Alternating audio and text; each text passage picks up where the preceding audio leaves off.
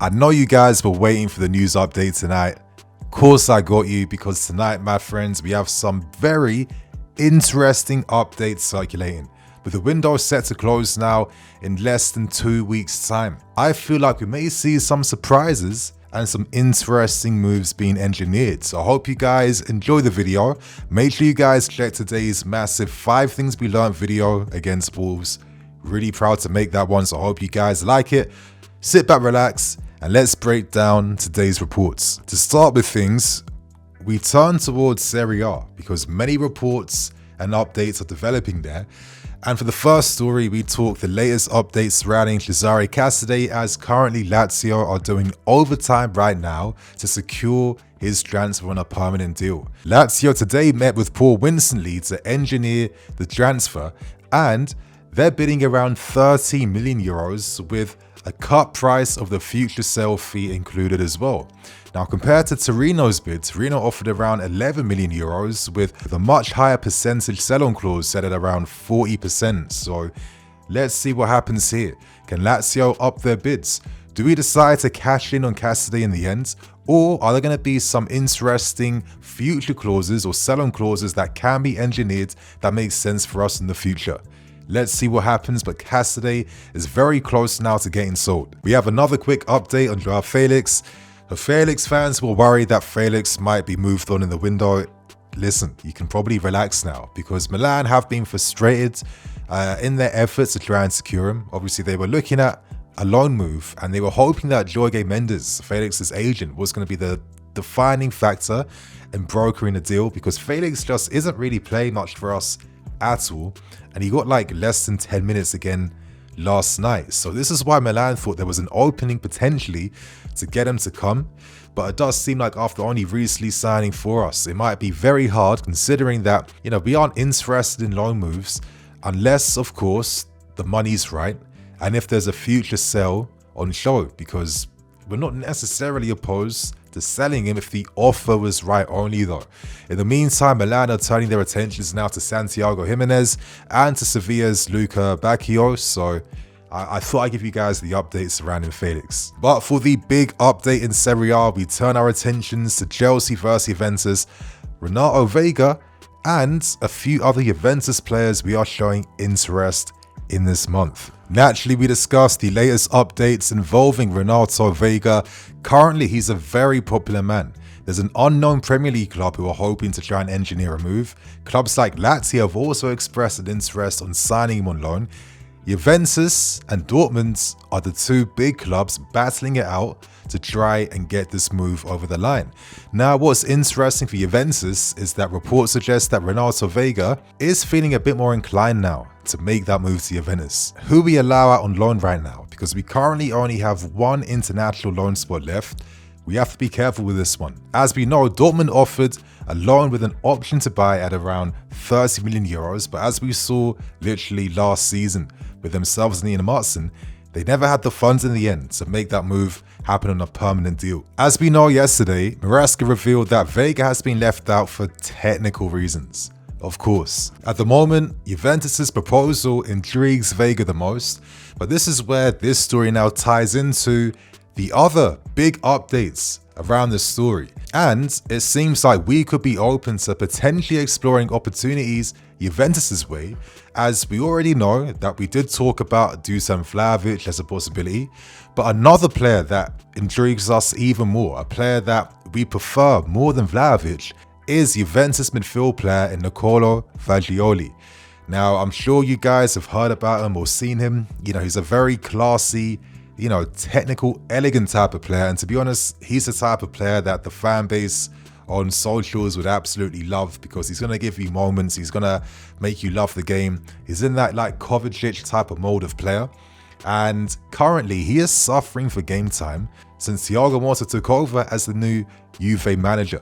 He's currently behind Cooper Miners, Thuram, Locatelli, new signing in Douglas Luiz, and even Weston McKennie. So it's a struggle for him to get into that team, considering that maybe his profile doesn't make as much sense. He's been getting pitiful minutes the last few weeks, and he's frustrated. But I'll give you guys some more context. I'm sure you guys, if you're really into your football, you might know his story, but he's recently come back into the game after being banned for around 7 months for betting on football. He got hit alongside guys like Zainolo and obviously famously Tonali, but he was rated highly. He had a great 22-23 season, and Juventus even extended his contract by an additional year. But they're starting to accept now that currently, there's a struggle for him to get into the team. Motta's not been impressed by him because he's not maybe showing an impact off the bench. But then Fagioli's like, well, if I'm getting barely any minutes to play in, what can I really do? So it does seem like they're very open to selling him on loan or on a permanent deal in this summer window. And clubs like Paris Saint-Germain, Napoli and Marseille have been the main favourites looking at the midfield player. But reports in Italy mention that Fagioli really interests us. And it makes a lot more sense because we know that Enzo's out injured, but it's not anything severe. He's going to be back soon. The severe one is with Romeo Lavia, who is set to miss the next few weeks, between 4 to 5 weeks out. Now, I'm sure all of us were holding our hearts when Moises Caicedo went down for a little bit to nurse this little in-game injury last night, because you thought to yourself, if anything happened to Caicedo, what happens to this season? So I find these Fagioli reports interesting because he's not that type of midfield destroyer. He's more of like a cover, Fabregas type of like deep line playmaker, great feet press resistance, really elegant, orchestrates moves, plays through lines. I wouldn't say defensively and I wouldn't say physically he is like unreal, but he's one of those like classic players where it's more about the speed of thought compared to the speed of your legs. You know what I mean? So that's an interesting one because the club are still potentially assessing whether we recall a player back in Ugo Chukwu or Andre Santos. But maybe if there was a potential deal that allows Veiga to go to Juventus, but to make that move happen, we then took Fagioli from them. I mean, from the club's perspective, maybe they think, you know what, it's best that Ugo Chukwu plays consistently at Southampton before he comes back, and it's even better that Santos remains at Strasbourg. Hopefully they can go on a European push and he comes back fully ready to be incorporated in the squad for next season. Personally, if I had to pick my friends, I say bring back Andre Santos. I'm doing this. I'm saying, Leslie, leave Southampton. You're going to Strasbourg, you're going to France. Strasbourg, we've replaced Santos. Santos, you're coming back here because I feel like his profile just suits what we need a bit more. The physicality, the ability to play in both boxes, the energy, the mentality. I always made this comparison that for me, Santos is like a Bellingham style type of midfield player that he really excels playing in many different midfield roles. We praise him for his ability to break the play up at Strasbourg, but he can do more than that. He can influence the game a lot more in both boxes. Like, don't rule this kid out technically. Yeah, he's a great midfield player and he has a mentality which I really like. Just like that, it's done and it's secured. But with this football club, sometimes, you never know. And it seems like we just love the art of the deal more compared to like the utility of the deal. You know what I mean? So let's see what happens here. But as I said, there could be small little surprises that do emerge in this January window. And now, my friends, we end things with the big updates that dropped today from Matt Law, Romano, and other big journalists. It'll be like a part 1, part 2 style thing. But for part 1, obviously we have a winger shortlist. There's 4 wingers we're looking at right now. We know them: Matisse Tell, Adeyemi, Bino Gittins, and the very unpopular Alejandro Garnacho. And I say very unpopular because I recently released that analysis video to try and make sense as to why the club would potentially want him. And some of you guys were absolutely mad to me in the comment section. I'm getting called brown envelopes. I got no standards. I'm PR for the football club. Bro, like, some of you guys get so emotional in this game. Fair enough. But regardless though, Matt Law confirms that 3 to 4 wingers are being targeted. Ideally, we'd love if we could engineer something now. But if anything, summer is where a serious move is set to come, and at the meantime, we are holding conversations. We're in contact for all 4 targets to try and find some encouragement first before we decide what our next move is set to be. So I like some of these names on the list. There's other names I rate, but I'm not too inclined to want to make moves for them at all, to be honest with you. Outside of that, Matt Law reveals that in terms of strikers, realistically, summer is a window that will happen because currently, unless we find some great openings from clubs that want to sell, nothing will happen this month because a lot of clubs don't want to sell their star guys unless you're paying over the odds. And we all know we are not paying over the odds for anyone. Let's keep things real. But again, Liam Delap and Benjamin Sesko, who has a very affordable release clause which becomes active this summer, are two strikers we're showing interest in. We've had long-term interest in Benjamin Sesko. I always thought to myself, is there a possibility here? But Arsenal and other clubs are also paying great attention, so this won't be easy. For myself, I'm not feeling too confident that we sign a winger. We looked at Mitsie's tell, and to be fair, Bayern haven't ended their interest in Nkunku just yet. Things have just cooled off right now after we slapped on a ridiculous valuation, which obviously Bayern Munich aren't going to pay any attention towards because that's way too much money for a player that isn't even playing at all for you right now. But remember, my friends, if we do anything ambitious this month, it relies on sales because we're in this situation all the time where we have to sell before we can buy. So we have like a full bench worth of talent that could get it, and that's Disasi, Veiga, Ben Chilwell, Dewsbury Hall, Nkunku, Chukwuemeka, of course, and even Felix if something ambitious was to come in for him. So we wait to see what happens. This now takes us to part 2 where we discuss the big developing updates surrounding Alejandro Garnacho. To start with things, we turn our attention towards Manchester United so you guys can get the full picture and understanding of what the hell is going on right now, because currently it does seem like us and Napoli could be potentially fighting it out for Garnacho.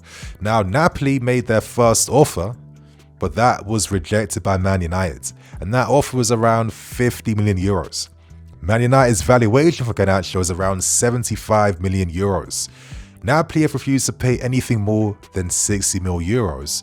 And interestingly today, conversations were revealed around a potential Osimhen to Man United on a discount in the summer, and Napoli would agree to a discount, of course, if Man United dropped their asking fee for Garnacho. So that was an interesting one because in the summer, Osimhen has a 75 million new release clause which becomes active, and that's around like what, 60 something million pounds. That's not bad for a guy who's in his prime and he scores in every single division that he goes to. Italian reports reveal that Garnacho has in fact agreed personal terms with Napoli, but that's the easiest thing to do. But what's even more interesting around this update is that it's since been confirmed tonight that Man United have since dropped their asking price for Garnacho. They've dropped that from 75 million euros to around 65 million euros.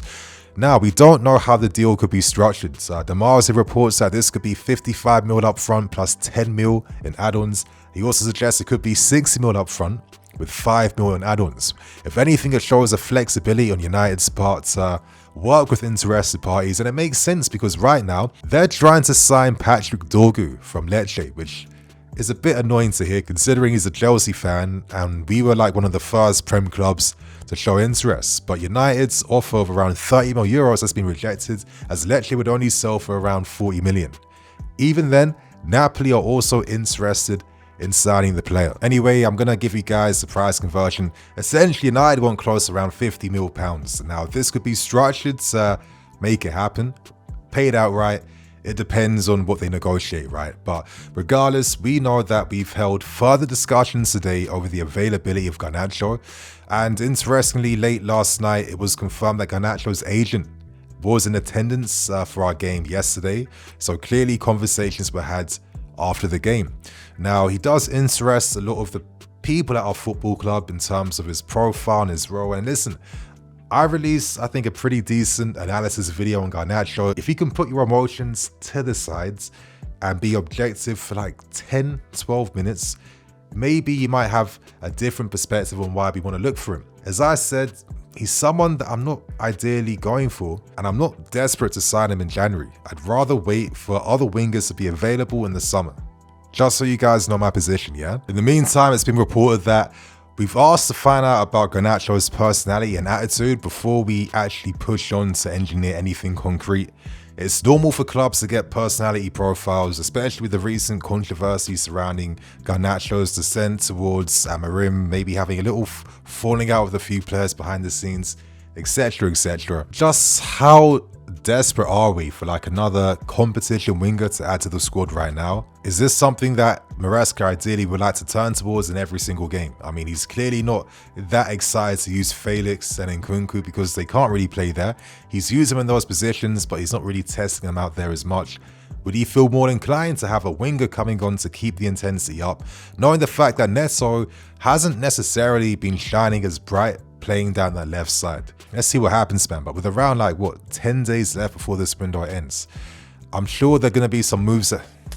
But with around 10 days left before this window ends, can't say I'm too excited by the direction, to be honest with you. I'd be a very happy man if we just recall Andre Santos and keep it at that. But my friends, they're the updates, they're the stories. Get involved, share your thoughts and opinions, and I'll see you all soon. Cool.